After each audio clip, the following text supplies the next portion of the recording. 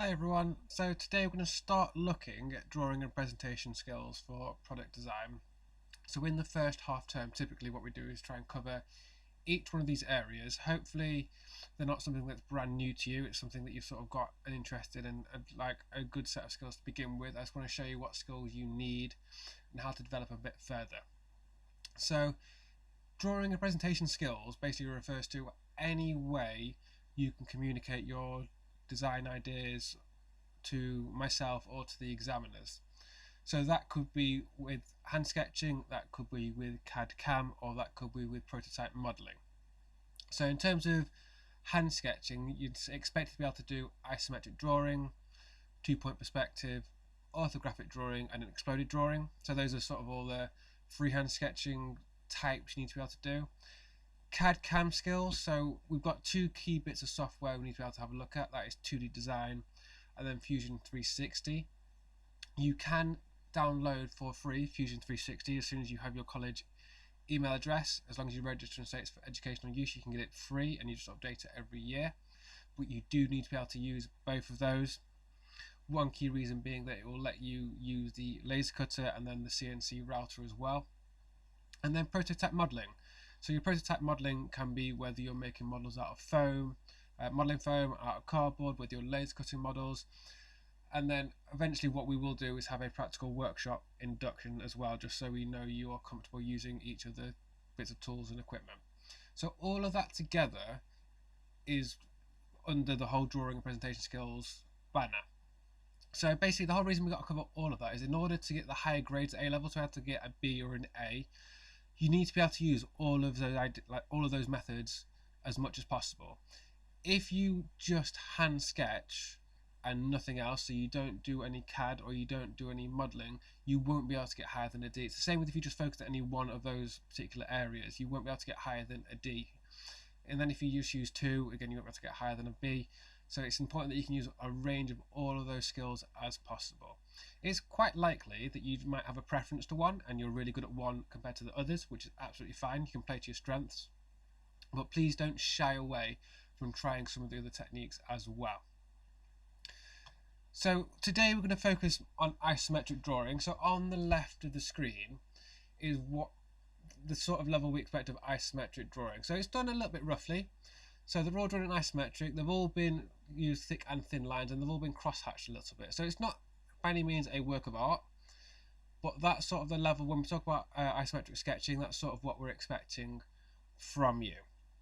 So I just want to clarify the difference between a few different styles of drawing. So isometric on the right side with the blue square, that is isometric. So that is where you've got the corner of your object is facing you, and then the two other sides move off at 30 degrees. The benefit of that is that you can see a little bit more detail on each corner. Oblique, which we see in green, that is where you draw it face on, so the face is directly in front of you, and then it's stretched out from behind. That generally is considered quite a primary school style of drawing.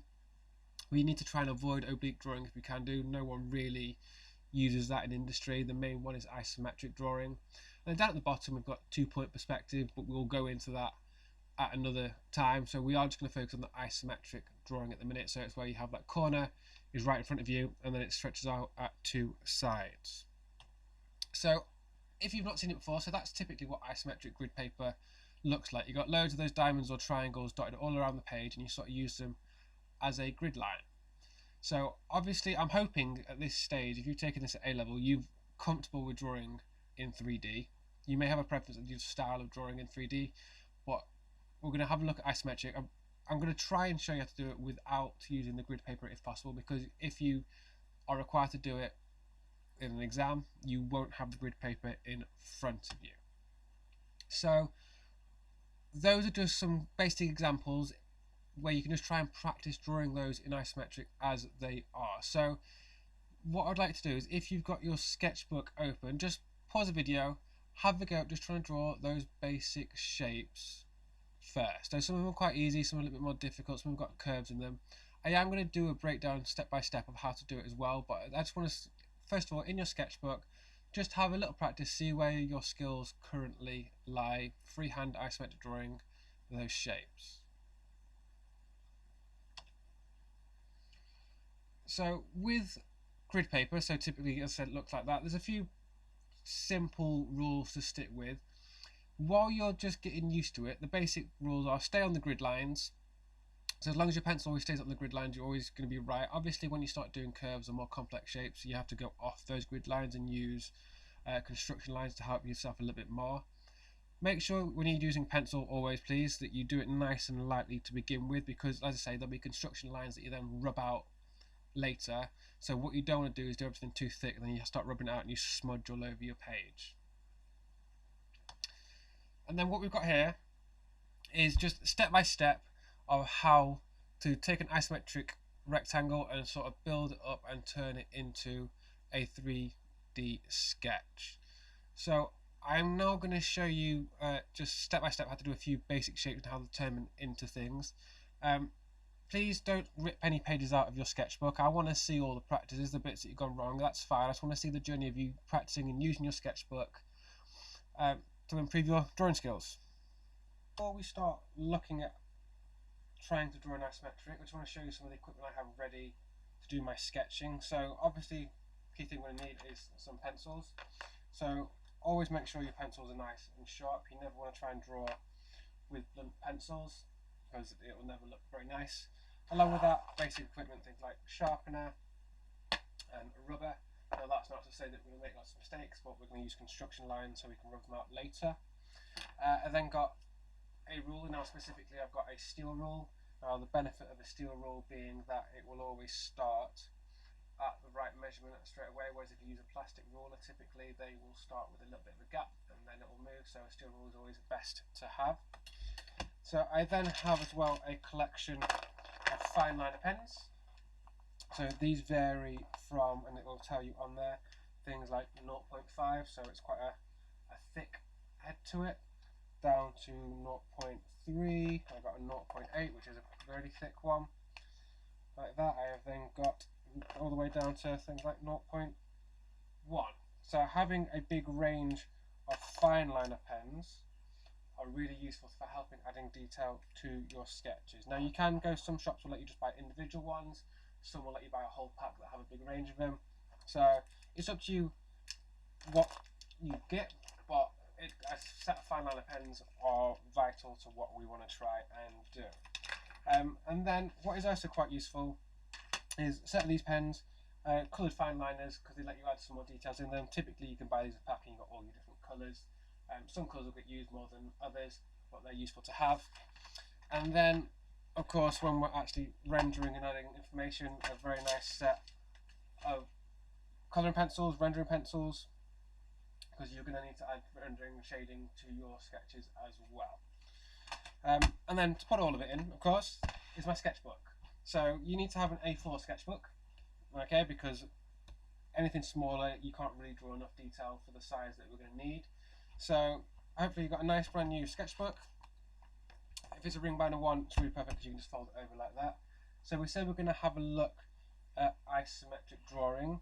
So isometric drawing, remember we said the key difference being that isometric was where you start with the corner facing you, and then the rest of the lines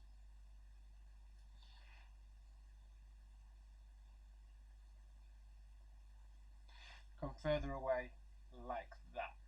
Now ideally what should happen is that measurement there should be 30 degrees. And it should be the same on both sides. Now I'm not going to start getting protractors out and checking people's sketches, but typically that's the measurement it should be.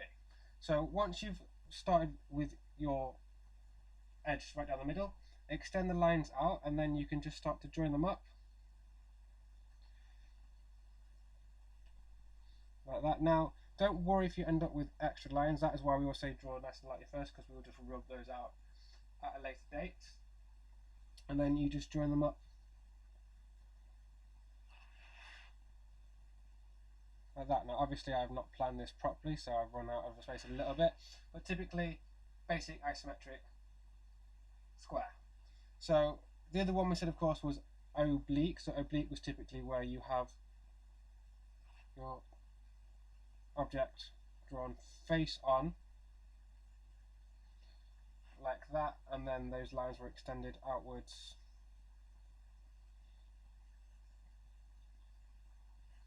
like that. And some of you may have done the oblique before, where you draw a cube like that, then you draw another cube behind like that, and then you join up like that. So then what essentially we've got is a clear or see-through cube.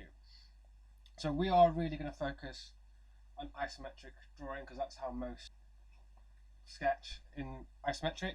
So what we're now going to have a look at is, first of all, just in the basics of it, and then trying to turn it into objects as well. So we'll do another cube just because it's quite simple to do. Please don't rip pages out of your sketchbook. I don't mind if I see bits and there's like mistakes around. The whole point is that I want to see some examples of you like developing and improving. So do let me know we've got some space. So what we'll do is I'll just start with the edge. Now obviously there is isometric grid paper that does exist, but you do need to get used to how to do freehand sketching without grid paper.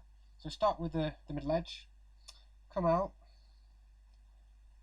like that. Now one thing I didn't mention as well, of course, is that these lines here typically should be parallel with each other. So that means that they stay the same distance apart as they go on.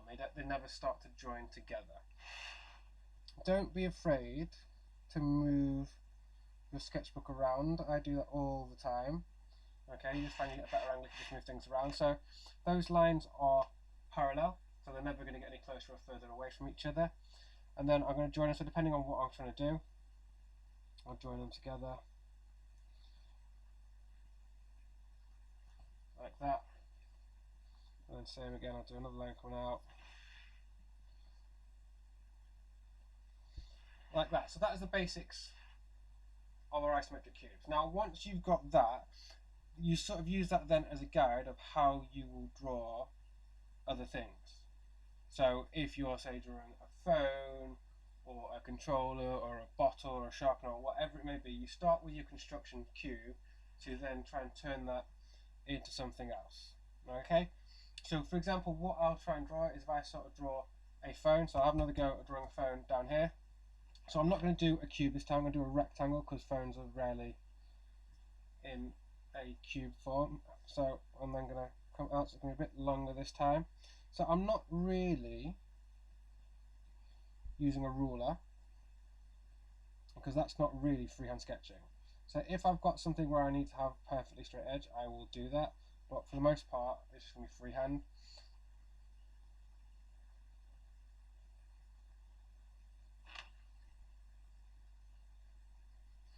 So you see it's starting to shape.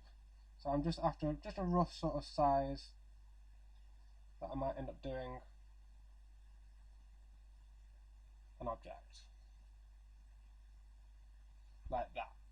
Okay, so that's, I'm going to start to put that shape in. Okay, so then what I'm going to do, so if I, for example, take my phone and say that's what I'm going to draw. So I've got my phone here. Okay, so I'm going to start to put the details into it. So it's quite a thin phone, so I'm going to draw it on that side like that. So what I will do is I'll probably about half it, because it doesn't need to be quite that thick.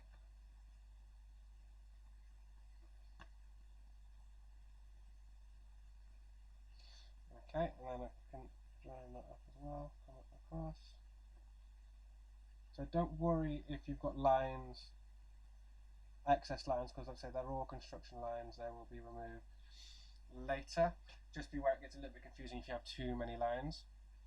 So I'm going to start now to do some of the buttons and features that I've got along there. So what I'll then start to do is draw some buttons and features along. Now remembering that they're 3D, so they need to come out a little bit.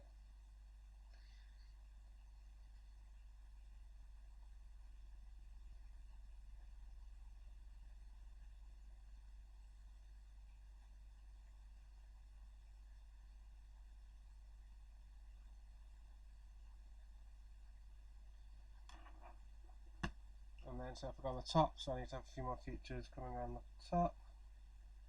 Our phone's quite a simple one because there's not a lot of features. It's always a good one just to practice to begin with.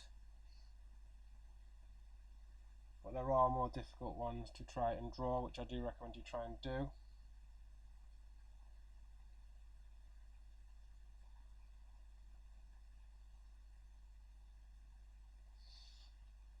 I just want to get the basics down of the phone. Now I don't need to do the back because you can't see it. And then just a very vague outline of the screen. Just a very vague outline of the screen.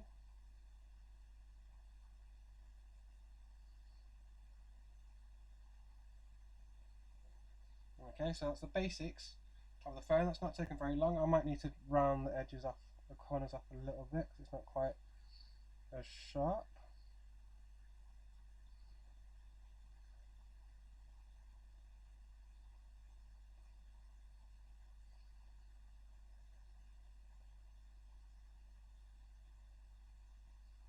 Like that. So then obviously what I can then do is draw out all these excess lines. But what you can then do is start to try and pick more complex shapes. So what we'll do is now I'll try and just do, I'll show you how to do cylinder. So if we take another cube, another isometric shape here, so we'll just do another rectangle, but a taller rectangle as opposed to a wider one.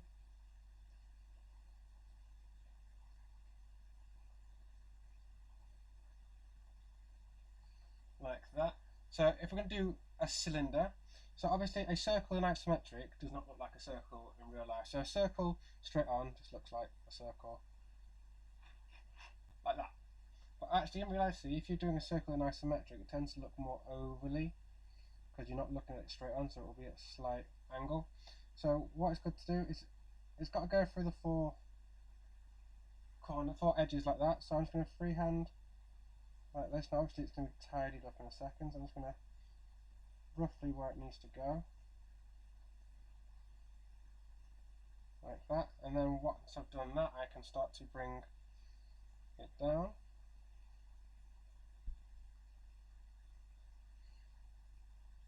Start to join it up together like that. Now depending on what you're doing, if you need to add some more details in,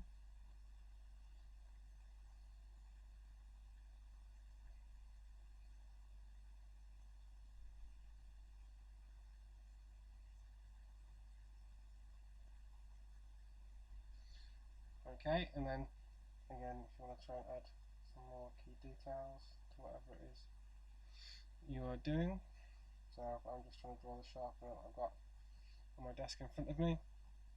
So that's the basics of doing your isometric drawing. The best thing to do, make sure you get the basics down, and then just have a practice at any of the things you might find on your desks or in your house. Try more complex objects. Start easy first, things that are straightforward. Things like phones are really easy to do to begin with. The more curves you have to do, the slightly more difficult things to get. So that's the basic introduction to isometric drawing. We will look at some other techniques for sort of refining your sketching later, but at the minute just have a practice of getting these down. If you've got any questions, my email address is on the VLE, or just send me on Teams and I'm happy to try and answer anything for you. Yeah, just make sure you've got all your equipment, make sure you've got your sketchbook, keep good care of your sketchbook, don't worry. Okay, obviously if you look at this now, this is like my first page trying to demonstrate to you. I got a bit messy at the top, but as you go through you'll find your sketchbook builds up nicely, and if you go off to do a design related course at a later date, they'll ask to see your sketchbook, so it's good for them to see the journey of how you've developed as a designer. So yeah, good luck and thank you.